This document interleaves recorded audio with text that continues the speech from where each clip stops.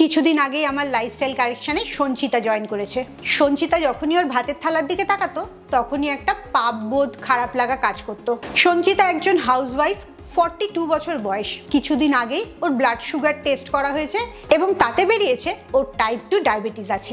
Doctor ভাত খাওয়া একদম বন্ধ করে দিয়েছে, সেই জায়গাতে কিনুয়া বা মাল্টিগ্রেন রুটি খেতে বলেছে। আর তোমার আমার মতো ও ভাত খেতে ভীষণ ভালোবাসে। তোমার বা তোমার বাড়ির কারুর এই একই প্রবলেমটা হচ্ছে কি? সুগার বেড়ে যাচ্ছে বা মোটা হয়ে যাচ্ছ বলে ভাত খাওয়া বন্ধ করে দিচ্ছ, অথচ ভাত খেতে তুমি ভীষণ ভালোবাসো। তাহলে আজকে থেকে কোনো চিন্তা করো না। এই ভিডিওতে আমি বলবো তুমি কিভাবে ভাতটাকে খাবে। ভাত বন্ধ করাটা লক্ষ্য না, স্মার্টলি ভাত খাওয়াটা লক্ষ্য। যে কথাগুলো বলবো সেগুলো কোনো আজগুবি গল্প না, সায়েন্স বেসড, এভিডেন্ট বেসড কথা। আজকের ভিডিওতে 3টে এমন টিপস জানতে পারবে যেগুলো ফলো করলে তোমাকে ভাত খাওয়া বন্ধ করতে হবে না। তুমি ভাত খেয়েই তোমার ওজন কমবে, ভুঁড়ি কমবে এবং ব্লাড সুগারটাও একদম নিয়ন্ত্রণে থাকবে। এই টিপসগুলো ফলো করে জাপানিজরাও ভাত খেয়ে এত সুন্দর চেহারা মেনটেন করতে পারছে। তাই ভিডিওটা একটুও স্কিপ করো না। Welcome to good life with Sukanya. আমি লাইফস্টাইল কারেকশন কোচ। তুমি যদি আমার পার্সোনাল গাইডেন্সে তোমার জীবনযাপনটা পরিবর্তন করতে চাও তাহলে এক্ষুনি আমার 2 ঘন্টার অনলাইন সেশন জয়েন করো। সেশন বুক করার জন্য নিচের নাম্বারে LCW এই কথাটা লিখে হোয়াটসঅ্যাপ করো।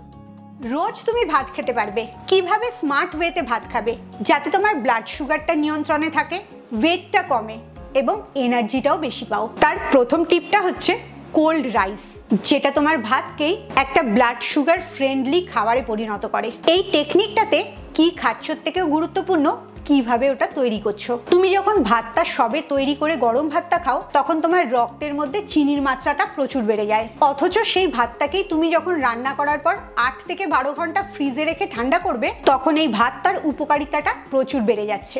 সায়েন্স বলে ভাতটাকে যখন ঠান্ডা করা হয় ভাতের মধ্যে যে শর্করাটা থাকে তখন এই স্টার্চটা রেজিস্ট্যান্ট স্টার্চ টাইপ 3 তে কনভার্ট হয়ে যায়, যেটা তোমার শরীরে ফাইবারের মতো কাজ করে, পেটটাকে অনেকক্ষণ ভর্তি রাখে আর গ্লাইসেমিক ইন্ডেক্সটাকেও অনেকটা নামিয়ে দেয়। নিউট্রিশন জার্নাল 2015-তে একটা স্টাডি পাবলিশ হয়েছিল, সেখানে দেখা গেছে সাদা ভাত ঠান্ডা করার পর যখন খাওয়া হচ্ছে তখন ব্লাড সুগার স্পাইকটা 40% কম হচ্ছে কম্পেয়ার টু সাথে সাথে ভাত রান্না করে খেলে।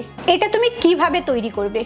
প্রথম ভাতটা রান্না করবে, রান্না করে একটু ঠান্ডা করে নেবে, তারপরে ফ্রিজে রেখে দেবে। মিনিমাম 8 ঘন্টা ফ্রিজে রাখবে। তারপরে সেই ভাতটা ফ্রিজ থেকে বার করে কিছুটা গরম করে নেবে, ফোটাবে না ভাতটাকে। কিংবা ঠান্ডা ভাতও গরমকালে দই দিয়ে খেতে পারো এবং তার সাথে স্যালাডও খেতে পারো। এই রেজিস্ট্যান্ট স্টার্চ তৈরি হওয়া ভাতটা তোমার গাটের ব্যাকটেরিয়াগুলোকেও অনেক সাহায্য করে, গুড ব্যাকটেরিয়া বাড়ায়, যার জন্য তোমার হজম শক্তিটাও ভালো হয়। প্রচুর মানুষেরই এটা ধারণা আছে যে খাওয়ার সাথে সাথে রান্না করে খেতে হয়, তাহলে সেটা শরীরের জন্য ভালো। এটা ধারণা। আর তুমি যদি আগেকার দিনে রেফারেন্স দাও তাহলে আগেকার দিনে ফ্রিজ ছিল না, তাই ফ্রিজে ভাতটা ঠান্ডা করলে কি হচ্ছে সেই এভিডেন্সটা তাদের কাছে ছিল না। এখনকার দিনে প্রতিনিয়ত প্রতিটা জিনিসের উপর রিসার্চ হচ্ছে এবং এক একটা নতুন নতুন এভিডেন্স বেরিয়ে আসছে যেগুলো আজকের জীবনযাপনের জন্য উপকারী। তুমি যদি আগের ধারণা নিয়ে বেঁচে থাকো তাহলে আজকের বিজ্ঞান থেকে যে উপকারটা পাওয়ার সেটা তুমি পাবে না। তুমি ভেবে দেখো তো, তোমার ফ্রিজটাই একটা ব্লাড সুগার কন্ট্রোলিং মেশিন হয়ে যাচ্ছে। এবারে আসবো টিপ 2-তে। ভাতটার সাথে ভালো প্রোটিন আর ফ্যাট দিয়ে খাবে যাতে তোমার গ্লুকোজ রিলিজটা অনেক ধীরে ধীরে হয়। ভাতটা যদি শুধু খাও তাহলে সেটা ডেঞ্জার হয়ে যায়, কিন্তু ভাতটাকে প্রোটিন আর গুড ফ্যাট দিয়ে খেলে ওটা একটা খুব ভালো খাবার হয়ে যায় যেটা তোমার শরীরকে রক্ষা করে। আমেরিকান জার্নাল অফ ক্লিনিক্যাল নিউট্রিশনের একটা রিসার্চ হয়েছিল, সেখানে দেখা গেছে যখন তুমি তোমার খাবারে হাই গ্লাইসেমিক কার্বের সাথে প্রোটিন আর ফ্যাট যোগ করবে তখন তোমার সুগার স্পাইকটা অনেক কমে যাবে, এমনকি 30 to 50% কমে যাবে। এই ভাতের কম্বিনেশনটা অনেক রকম হতে পারে, যেমন ধরো তুমি ভাত নিলে তার সাথে তুমি ডাল খাবে, রাজমা বা কাবলি ছোলা নিলে আর তার সাথে হাফ চামচ ঘি নিলে, তাহলে তোমার কার্বোহাইড্রেট, প্রোটিন আর গুড ফ্যাট যুক্ত হচ্ছে। কিংবা তুমি ভাত নিলে তার সাথে কোনো একটা পনিরের আইটেম নিলে আর বেশ কিছুটা স্যালাড নিলে, এক্ষেত্রেও তাই হচ্ছে। পনিরের থেকে তুমি প্রোটিন, কার্বোহাইড্রেট আর গুড ফ্যাট 3টেই পাবে। আবার তুমি যদি আমিষ খেতে চাও তাহলে ভাতের সাথে মাছ নিলে আর কোনো সবজি নিলে, আবার ভাতের সাথে মাংসও নিতে পারো। মাছটাতেও ভালো প্রোটিন আর ভালো ফ্যাট আছে। কিংবা তুমি ভাতের সাথে ডিমের কারি নিতে পারো, তার সাথে সবজি নিতে পারো। ডিমের মধ্যেও ভালো প্রোটিন আর ভালো ফ্যাট আছে। তাই এই সব খাবারের কম্বিনেশনগুলোই খুব স্বাস্থ্যকর একটা খাবার কম্বিনেশন, যেখানে ভাতটা তোমার কোনো অপকার করবে না। বেস্ট ফর্মুলা হচ্ছে খাবারের মধ্যে একটা পোর্শন তুমি কার্বোহাইড্রেট নেবে, একটা পোর্শন প্রোটিন নেবে, একটা পোর্শন ভালো ফাইবার নেবে যেখানে শাকসবজি থাকছে, আর অল্প কিছুটা ভালো ফ্যাট নেবে। ঘি হতে পারে বা সর্ষের তেলে রান্না করলে সেটা হতে পারে। আসলে ভাতটা তোমার শত্রু না, ভাতটা তুমি শুধু খেলে তখন সেটা তোমার জন্য বিপজ্জনক হচ্ছে। আর এই 2 নম্বর টিপসটাই সঞ্চিতাকে ভীষণ উপকার করেছিল, কারণ ও মনের আনন্দে দুপুরবেলা মাছ আর ভাত কিংবা মাংস আর ভাত খেতে পেত, কোনো গিল্ট ফিলিংস ছাড়াই। এবারে আসবো 3 নম্বর টিপসে। শুধু ভাত খেলেই হবে না, সেই চালটারও অনেক রকম ধরন থাকে। এই চালের ধরনের ওপরেও কোনটায় কতটা সুগার স্পাইক করবে এটা ঠিক হয়। তাই সব রকম চালই তোমার শরীরে একভাবে কাজ করে না, তোমার শরীরকে একভাবে হিলও করে না। গ্লাইসেমিক ইন্ডেক্স মানে তুমি খাওয়ার পর কত তাড়াতাড়ি আর কত বেশি তোমার রক্তের মধ্যে চিনি ছড়াচ্ছে। ইন্ডেক্সের যত উপর দিকে নাম্বারটা থাকবে তত তোমার জন্য সেটা বিপজ্জনক, হাই সুগার বেরোচ্ছে। যেমন পলিশ করা বাসমতি রাইস, যার গ্লাইসেমিক ইন্ডেক্সটা অনেক হাই, মানে এই চালের তুমি কোনো ভাত বা পোলাও বা কিছু রান্না করলে তোমার রক্তে চিনিটা অনেক বেশি ছড়াবে।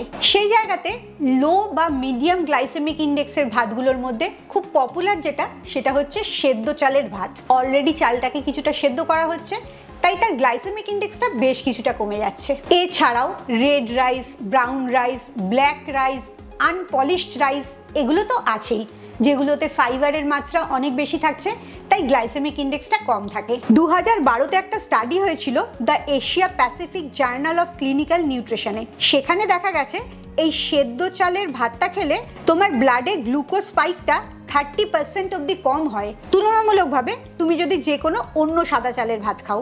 সবচেয়ে বেস্ট পার্ট হচ্ছে এই ভাতটা আমাদের সবারই খুব ভালোবাসার এবং কমফর্ট ফুড, তাই এটাকে না ছেড়ে যদি শরীরটাকে ভালো রাখা যায়, এর থেকে ভালো ঘটনা তো আর কিছু হতেই পারে না।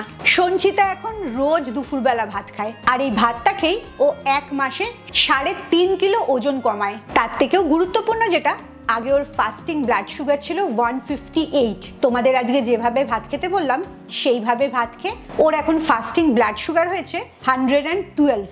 ভাবতে পারছো কতটা সুগার কমেছে? আসলে তুমি যখন স্মার্টলি ভালোবেসে খাবারটা খাবে, তখন খাবারটা তোমার কাছে পানিশমেন্ট না, তোমার কাছে আশীর্বাদ হিসেবে ফেরত আসবে। এখনো তুমি যদি ভাত খেতে ভয় পাও, তাহলে এই কয়েকটা কথা মনে রাখবে। ভাতে সমস্যা নেই, সমস্যা হচ্ছে ভাতটা তুমি কিভাবে তৈরি করছো, কতক্ষণ ফ্রিজে রাখছো এবং তার সাথে কি মিশিয়ে খাচ্ছ। কত কম ভাত খেলে সেটা যেরকম গুরুত্বপূর্ণ, তার থেকেও বেশি গুরুত্বপূর্ণ ভাতের সাথে তুমি আর কি কি দিয়ে খেলে। ডায়েট মানে না খেয়ে থাকা না, বা তোমার ভালোবাসার খাবারটাকে ছেড়ে বেঁচে থাকা না। ডায়েট মানে একটা শিক্ষা, তোমার শরীর খাবারের সাথে কিভাবে ইন্টারঅ্যাক্ট করে সেটাকে শেখা এবং বোঝা। তাহলে ঝটপট আবার একবার শুনে নাও স্টেপ বাই স্টেপ কোন 3টে টিপস ফলো করবে। প্রথম হচ্ছে ভাতটা রান্না করবে, তারপরে 8 থেকে 12 ঘন্টা ঠান্ডা করার পর সেটাকে অল্প গরম করবে, যাতে তার রেজিস্ট্যান্স স্টার্চটা একদম ঠিকঠাক থাকে।